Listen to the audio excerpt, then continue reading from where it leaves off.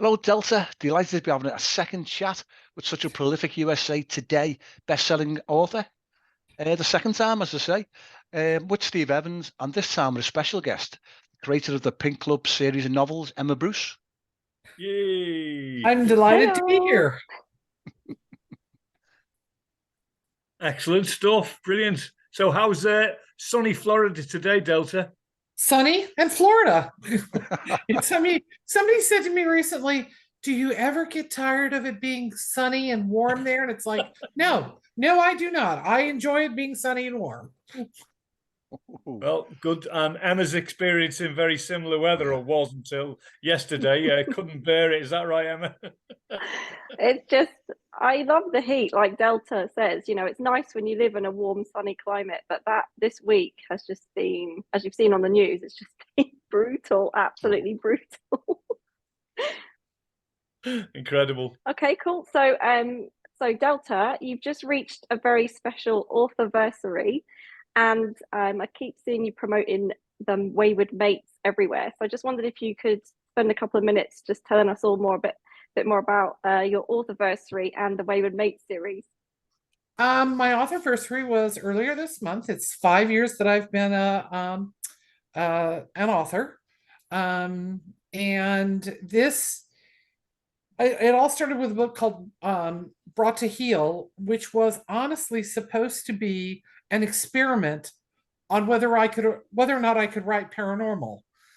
And now most people know me, or at least come to know me through my paranormal work. So really enjoyed it. The reception of the book was huge. It dropped down into the I think the top 700 on Amazon overall, and which is an enormous number when you think about there's like 6 or 8 million books on Amazon. Brilliant. So it was pretty amazing. And at the time, I was so new. I had 2 friends who were far more experienced authors, and they were blowing up my phone on a Saturday morning. And I finally picked it up and I said, "What?" And she said, "Have you looked where you're ranked?" And I went, "What's a rank?" And so she had to explain to me what that meant. And I went, so the book's doing well? She's like, "Yes, it is." So now I'm a rankings whore. I check the ranking all the time, but it was really sort of fun and exciting, and I was working a day job and I was writing steamy romance, and you really don't want your day job to know that's what you're doing. So I couldn't like go the next day and say, "Oh, I'm doing this, it's doing so well." So I didn't, but I told everybody else I knew, and had just great fun. And then earlier this year in May, I published my 100th book. Wow. Amazing. Mind blowing, absolutely mind blown. I mean, Yeah. Emma's so jealous. I am. I'm just, I was writing coming up to my 7th year, and I'm just going through the process with my 5th book, and there's Delta, my 100th book. And that's pretty good, Emma. For you know what I mean? 5 books is pretty good in your time period. It is. And the other thing I tell authors when they say, "Oh, how did you do that?" It's like, I don't have a husband, I don't have kids, I don't have parents I'm taking care of. And I'm not doing all my own work. I am writing, but I don't do any of the marketing for my book. I have Renee who does that for me. She formats my book, she puts them up. Chris does a lot of the coordinating of everything that's going on, reading through the books, talking to other people that we have read the books, coordinating with them, making sure the continuity is there. So basically, I get to write 8 to 10 hours a day. Wow. Pretty much it definitely takes a village. It does take a village. It does. I mean, so when somebody says, "Oh, I can't do it," it's like, wait a minute, you're not comparing. I had a friend, in fact, one of the aforementioned authors, and she said, "I've written so much longer than you have, and I'm not as successful." Da, da, da. And and I said, "Well, you have a husband, you have kids, you have a day job, you have this, you have that." And she said, but still, I said, you're trying to compare not just apples to oranges, but apples to kumquats. Our lives are so disparate, that there's no way that you can compare that. And what I don't want people to do is to see what I'm doing and say, "Oh, I should be doing more. I've done it wrong. I don't want people to beat themselves up. I want them to see and celebrate what they do, what they have accomplished. And it's the reason I'm so transparent about the fact that I don't do any of my own marketing. I don't do this. Chris runs the house. I just write. I sit and write. Yeah, writer's A lot of dream. people get to do that. Absolutely. Definitely, yeah. It's Yeah. a far different thing. Yeah, Emma has to put up with all these bugs that come home from school, all the heat that's going on, her husband, and the swimming pool. I know it's terrible. It's awful. I mean, just this week I've limited my editing because I'll sit down and I'll start editing. I just start sweating and I just think, nope, I can't cope. I'm going to call off somewhere and try and tackle it another day. So yeah, it's been a challenging week. Delta, just talking about how prolific your writing is. On the last chat, you mentioned how quickly you can create a new novel. What's the highest word count you've had in one day? 21,000 and change. Wow. Wow. That's a novella by itself, isn't it? Yeah, that's a novella, yeah. Yeah, Wow. Emma's had a few good days when you've written a lot, haven't you? You haven't come near that, though, have you? Yeah, I think I once hit 10,000 words in a day, and now I've dropped it down to sort of giving myself the maximum bar of about 4,000. But if I get 1,000 in a day, then I'm happy. So I can't complain. Yeah, 7,000's impressive, isn't it? But yeah, It's very impressive. Wow, out the water. Yeah. It's the thing is, when you're an author, and Emma can attest to this, there are days you spend hours trying to get 1,000 words. Yeah. And then there are days the writing just flows. And for me, and because of the position I'm in, I can just let that flow. I can just keep writing. I don't have to stop. I don't have to stop and do anything for anybody. I just keep writing. But I try not to think of number of words. I try to think of, I'm going to write for, especially when I had a day job, I'm going to write for this many hours a day. And I had a Monday through Friday day job. I wrote 2 hours a day, Monday through Friday, minimum. Now, I often wrote later than that, but minimum 2 hours a day. And then on Saturdays and Sundays, I wrote a minimum of 6 hours a day. And like I said, some days, at 2 hours, if I could have 1,000 words, I was feeling good about them. And some days I could have, in 2 hours, I could have 4,000 words. It just depends. The other thing I have going for me is I started life as a legal secretary, which means I type really, really fast.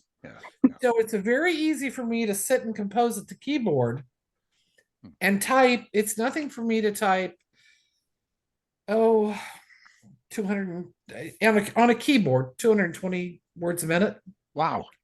Yeah. So that alone, that's one of the things I try when I talk to people. It's one of the things I try to find is you've got to remember my typing speed is faster than most people's.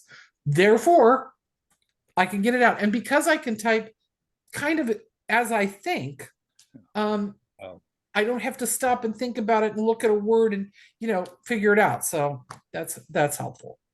So going back to that, Delta, do you have a formula when you're writing, or do you kind of see the story in your head and then go with that? Kind of both. I have characters that talk to me, which sounds like I'm, have mental disorder or something. But I do have characters that talk to me. I'm the same. I'm the same. Yeah. I have, and I have some characters. I wrote the book The Bargain mainly to get the main character to shut up. He would not shut up. He was like, excuse me, you need to tell my story. Yeah, that's kind of got to finish this. No, you need to finish my. And it was just, and I finally just said, fine. And I wrote a 50,000 plus page book in 4 days. Oh, it's incredible. Wow. So, That is lovely. I mean, I try not to do that to myself because it'll kill you. But if the words are flowing, you go with that. Yeah, I know what you mean about the characters interrupting your train of thought. I've been like in the shower and I'm thinking about the book that I'm going to be working on. And then another character will come in and be like, no, me. Like, no, my story. You need to write my story. And they don't shut up. The characters in your head just do not. They don't. And it's or like, you're sleeping. fine, I will write it for you to go away. Or you're sleeping and they sort of poke you. You need to get up now. I have a story to tell now. Get up. Like, I'm so glad you're saying this happens to you, because I really did think, like, you think, am I normal? Is this normal? Well, no, honey, you're not normal, but that's okay. Neither am I. There's nothing wrong. I don't see what the value is in being normal. I've never No, aspired to no. be normal. No, Anyone I've listening seen the to this? reality of this world, and I don't want to be. Who wants to live in that reality? Not me. Nice place to visit. Yeah, anyone listening to this will think you're absolute crackers. You know, people Well, knocking on your we're all head mad going, here, let me in, Steve. let Yeah. me in. And your point is what, Steve? You need to be like that as an author. That's where your inspiration comes from. You Yeah. have to be able to tell a story, technically be able to tell the story, but you also have to be able to envision what's going on with you. There are two kinds of writing. There's plot-driven writing and there's character-driven writing. This is my opinion. In a plot-driven writing, the characters serve the plot. In a character-driven, the plot serves the characters. I write character-driven. My everything about my books is based on the characters, because that's what I like to watch on movies and what I like to read in books. I like character-driven pieces. If I don't like the character, I don't care how good the writing is or how brilliant the acting is. If I don't like the character, I'm not going to watch it. I'm going to go, yeah, no, click, next. And so you have to be able to take and listen and open yourself up to what they're saying. At least I do, to be inspired to write that story. One of my questions was going to be, with so many titles, are you writing full-time every day? But we already know the answer to that. Yes. Now, don't we? I obsessively write. I pretty much write 7 days a week, 365 days a year. Even if all I do is write 2,000 words in a day, I still write every day. I think a lot of times if you don't, it gets hard to come back to it. And there's a muscle, it's almost like a muscle memory. It's like, oh, I know how to do this. How do I do it?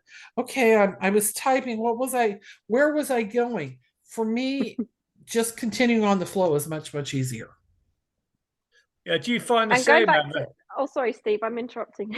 No, I was saying, do you find the same, Emma? Because I know you try and write every day, don't you, if you can? So you must have the same thing, because once you get to that flow and it's going, it's great. But if you stop, if you lose your train of thought, are you in the same mold as that? Yeah.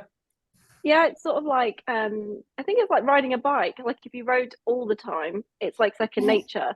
And then if you go back to it like a while afterwards, of course you still know how to ride it, but you've got to relearn like your balance and everything else. So yeah, I agree with Delta. It's like a specific part of the brain that we're using in the creative process.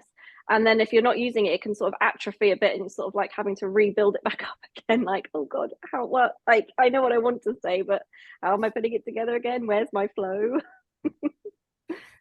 So yeah, flow is real important to writers. I mean, you'll see people try and interrupt a writer and they're like, go away, just go away, go away, go away. And because it's when it won't come, it's agonizing. When it's flowing freely, it's you fly higher than a kite. When I can get done after writing 12 hours straight with no breaks because the words are flowing and I'm not tired. It's like I've taken I'm high. I'm just, oh my God, that was so great. That was so great. You just get off on it. It's a lot of fun. I mean, I always say that to people. It's the best way I know to make a living. It's really fun. Yeah, you write a variety of genres as well, don't you? I mean, romance and, well, all sorts. So what's your favorite though out of those lot? Romantic suspense. And there's always, even in my paranormal romance, there's a suspense element to it. It's what I grew up reading. It's what I like to write. I have fun with it. I like to put together puzzles and solve mysteries. I love to watch the interaction between the characters as they come up with that. I love to figure out red herrings. There's a great story about me. I was writing a 4-book series, and each book told the story of a different couple. The heroes were all brothers, and it was about the murder of their father. And in each book, I set it up so you could easily believe that brother killed him. And I was writing the 4th book. I started the 4th book, and my PA Renee said to me, "Do you know who killed Cyrus yet?" And I'm like, "No, not really." And they're just sort of like, and I did not have a clue who had killed Cyrus until Chris said to me, she goes, "I know who killed Cyrus, but I don't think you're going to like it." And I said, well, who? And I said, at this point, I'd like to know. And so she told me, and we went back and looked through the books, and with because we suddenly knew the answer. Subconsciously, I must have known that all along because all the red herrings were there. All the things. I mean, when you got to the payoff at the end of the book and knew who killed him, you went, "Oh, of course, that's who did it." So that was really fun. But no, when I started, I had not a clue. And people will say, some people, if they're going to do a mystery or romantic suspense, they start at the end and work backwards. That would drive me right up a wall. So a lot of times I'll like be halfway through the book and somebody says, "Do you know who did it?" It's like, not a clue. I just keep time because it'll come to me, and it always does. And I guess subconsciously I always know because when I go back, I don't have to fill stuff in to make it work. I think a successful book, when you do a big reveal of a whodunit or whatever it is, the resolution, I want my readers to go, "Oh, I should have known that," but I didn't. Yeah. What I don't want is them to get to the end and go, "Well, that doesn't make any sense. That's stupid. There's nothing that says he would have done that." I don't want that. I want them to have that, "Ooh, I should have known." Yeah. And that's a lot of fun to me. So Yeah. Yeah. I think that works for the reader. When I'm reading the book, if I say if I act like you're saying, Delta, that's exactly makes it. I should have known that, and I enjoyed the book more for that. Yeah. Delta, you mentioned that you enjoy character-driven films and fiction. What fiction are you reading? Have you got a favorite author? Yeah, I do. I don't read a lot of romance, which is kind of funny. I got hooked on Robert Ludlum when I was in my early 20s. And The when I Born, was a Born kid- Identity. Yes. Films. I'm reading them now. No, I hated the films. I bought Don't talk to 4 me of them about the those weekend. films. They're not true to the books. I hated them. Yeah. Totally different. I'm on the first one now. I loved Robert Ludlum. I loved the way he wrote. I loved the way he plotted things. He was an author who didn't have the women in them didn't need saving. They weren't stupid. They had an actual part in the book, and were very equal to their heroes. And I really loved that about him. And my other favorite is Dan Brown. I am a Dan Brown junkie. I've read everything Dan Brown's ever written. The way he interweaves history and religion and theology with a mystery is just, to me, brilliant. It's just brilliant. And so I really enjoy, those are probably my 2 favorite authors. When I was a kid, my mother taught me to read when I was 3 years old. And she taught me to read with a book called Misty of Chincoteague, which is about a wild pony off the coast of the Carolinas. And that's how I learned to read. So when I got into school, I was far past C Spot Run. And when my contemporaries were reading Nancy Drew, I was reading Mary Stewart, which is a much more adult writer. And that's kind of, Mary Stewart sort of influenced my how to plot a mystery, how to set it up, how to do it right. And I really enjoyed that. I also like Nora Roberts, of course, is the queen of romantic suspense. Love Nora Roberts. And she writes under several names. But, those are the people I look to and really enjoy. I don't like books that aren't well written. I don't like books that don't make sense. And like I said, I have to like the characters. I don't care how well the book is written. If I don't like the characters, it's difficult for me to read. My next question for you, Delta, is what are you currently writing on? And can you give us like little breadcrumbs of what that might be and what we can look forward to of like your next amazing story that you're going to release? I'm working on one of the Mystic River Shifters books. It's called Runaway Mate. It's about 2 snow leopards. He is from the Highlands, as is she. She gets forced. Her father tries to force her into a marriage, and of course she gets away. But it came about, I was writing a book, and suddenly I had this full-blown vision of Winter, the heroine, and who she was, and how Colby, who's this character that's started, you hear about him in the very first book, and he keeps popping up. And he's first kind of seen as a gangster, and then he's like an onion. You keep peeling away the layers, and finding out more and more. And so I kept seeing that. But when I wrote the book before this, I had so many readers going, we're going to hear Winter's story, right? We get to hear Winter and Sean's story, right? It's like, well, sure, why not? And that happens a lot to me. If I have a character that steps forward, and especially if people really respond to that character, I create a story for them, and run with it. And should finish the book today. And it's just, I really like both the characters. I like him. I did a reading last night, a live reading in the pack from the book, and people really responded well to it. And I had a bunch of questions afterwards in my private messages of when it's coming out. So that was really fun for me. I really enjoy that. Okay. Oh, it sounds amazing. I can't wait to read it myself because I love your books. And my favorite series even now is still The Masters of the Savoy. And my favorite couple is by a long shot, Sage and Rourke's relationship. Because I mean, wow, that just was amazing. That started off as a novella for an anthology, and in fact is where I got my USA Today bestseller status. And then people really responded to the novella, and it was like, please say you're going to make this a novel. Please, you can't just leave us there. So I said, well, okay. So I wrote a backstory. I had a great fun, and I made it a novel. And then it was like, gosh, I've got all these really wonderful characters over here. And Chris kept saying to me, you need to set it at the Savoy. It needs to be a paranormal, romantic mystery. You need to bring stuff. And I thought, okay. So we started doing research. And the second book, in the book, one of the characters is a guy named Michael Holmes, because the Sage decided it would be funny to name him that. And so a woman comes into Scotland Yard. He works for Scotland Yard. And a woman comes in, and her name is Rachel Moriarty. And of course, they send him to Holmes, and he's like, yeah, real funny, guys. But we made a mystery, and it was about Jack the Ripper. And Chris and I literally spent a weekend in our house doing nothing but watching documentaries on Jack the Ripper. I probably know more about the Ripper than I know about most things, a lot of which I really don't want to know, but I know them. So it was really fun to create that character and how to have that happen. And that's what we did. The stories kept evolving and coming forward. And I just had great fun with them, finding things that were in London that were unsolved and this and that.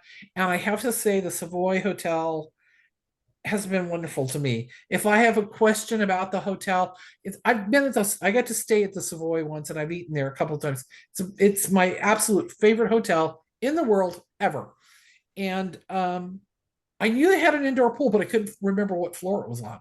So I just wrote the marketing manager, and I said, hey, what floor is that on? She goes, oh, it's on the third floor. Thank you very much. And went back to writing. So it's really nice when you have people. And I had talked to her about something, and she said, look, first off, you portray our hotel in a very nice light. So we're certainly not going to have a problem with that. And she said, but honestly, unless you negatively slam a public place, they can't do anything to you. So don't worry about it. But she said, but we certainly wouldn't do that. You're awfully nice to us. So that was a lot of fun. So excellent. You said before about your mind's thinking, you're typing as quick as you're thinking, but how does your mind act like that? And how do you come up with the stories and the characters so quickly? How does it appear? They come to me. I mean, I wish I could tell you there's, some magic thing, or, I get it out of a Cracker Jack box, but I don't. It's just, they come to me, the characters come. A lot of times when I'm going to start plotting out I use plot in air quotes because I don't plot books. I would find that very confining. And besides which, I don't think my characters would behave. But Chris and I will go for a drive along the seashore with the dogs, and we'll come up with titles for books and character names and little bits and pieces. And we spin stories in the car. It's what we do. I find driving very relaxing. So I drive, and Chris is sitting there with a notebook and a pen and notebook, and she writes down all these notes. And then she turns them into, Word documents for me and sends them to me. But it's how we start. And then I work with my developmental editor to develop outlines. I was feeling that my books weren't as well paced as I might make them. And I talked to Lori about that, and she said, "Well, you know, your books are paced." I said, "Paced well," and I said, "Yeah, but they could be better." And she goes, "Well, everything can always be better." And I said, "Then let's make them better." And so she started helping me with outlining books and coming up with ideas. And it's really fun to have other people who can envision your world, and you can spin stuff with them, and you can say, well, what about this and what about that, and you know, and little bits and pieces, and it all sort of starts to come together. Delta, I know we touched on this, I think on Twitter a while ago, about your series potentially hitting TV screens, you know, like HBO or Netflix. Like, I mean, in the future, do you hope still that that could be a reality, that Absolutely. you could actually see it? Because I would just Absolutely. be in seventh heaven Absolutely. when it came to the television screens. At the beginning of the year, I sit down with Renee, my marketing person, and we go over goals for the year and what we're going to do and what we see. And Renee does a lot of market research and can tell me what's selling best and all that kind of stuff. And so we do that. And we would like to see by the end of next year something in the works for bringing one of those series to I think my stuff is not meant for the big screen. I think it's more meant for Netflix or HBO, something like that. And I would be like, you would hear me shouting in London. Here, that happens. Trust me, you'll go, oh, Delta must have heard from Netflix. Yeah, I'd love to do Yeah, that. just randomly wake up with like, and I'll be like, oh my God, Delta's definitely got that. Yeah, so we're working on it. Series It absolutely is. I don't think some of them would work well as a series. I think they work better as book, but there are some of the books that I think would work really, really well and would be a lot of fun. I think people would. I think I could take people on a ride and they'd have fun with it. Oh, best wishes with that, Delta. Really, touch wood. I was going to ask you. In fact, I think Terry was going to ask you earlier on about notebooks, sticky notes, or do you just go straight from your head to a keyboard, or straight from my head to the keyboard? Yeah. If we spun things out, Chris will have that. And when Chris is doing some alpha reading for me, she keeps a list of characters and things about the characters. It'll say like the character's name and is she tall? Is she short? Does she have short hair? Does she have long hair? So that we have what we call the Bible for a series, and I can look at that without having to go back through the other books. Yeah, it's very helpful. It's very helpful to have that. But no, I don't have any sticky notes. Frankly, I have dogs that if they saw sticky notes would go, oh, look, you know, it wouldn't be pretty. They'd end up outside torn up. So I don't do that. But it's, straight to my head, straight from head to keyboard. Excellent. Okay. And just my last final question, Delta, is off the back of your amazing website. I know you've got an awesome newsletter because I follow that religiously. So how many subscribers do you have? Like, do you know sort of round ballpark figure? Just north of 30,000. Wow. Just north of 30,000. And that we started the newsletter. Our first newsletter went out in December of 2018. So in less than 5 years, really good 30,000. When I first hired Renee, I didn't have a lot of money. And she said, this is my monthly fee. And I said, well, I can cover the monthly fee, but I only got $50 like for anything else right now. I said, as more money comes in, I'll increase that, but I only have $50. And she said, honestly, I cannot do jack with Facebook ads or Amazon with $50 and won't buy you anything. And I was like, oh, she goes, but I can build your newsletter. And if we build your newsletter, you'll have your own advertising. And I went, okay. And that's what we did. And she really, really focused on building that newsletter and got us into newsletter builders and did this and did that. For Renee, she always says that for her, I'm easy because I can create a novella in 2 to 3 days. So if she gets me into some wonderful anthology that's a newsletter builder, she can say, I got to have a book about this and blah, blah, blah. And I say, okay. And I always try to tie anything I do for an anthology either into an existing series or into a series I've got coming up so that it does double duty for me. superb. So finally, very quickly then, what advice would you give to someone who's going to write a book for the first time? Sit your ass in the chair and write. I mean, I know that sounds sort of flip. That's what Emma does. But I mean, it is until you do that, Right. until you sit down and create the book, Yeah. none of the rest of it matters. You Nope. can't market something that doesn't exist. And so it can be there's this very esoteric, oh, I want to be a romance novelist. It's especially prevalent with romance novels. And I'm going to sit down and I'm going to eat bonbons and be in my negligee all day. I got a hot newsflash for you, that ain't how it works. You know, but it is a job, it is work.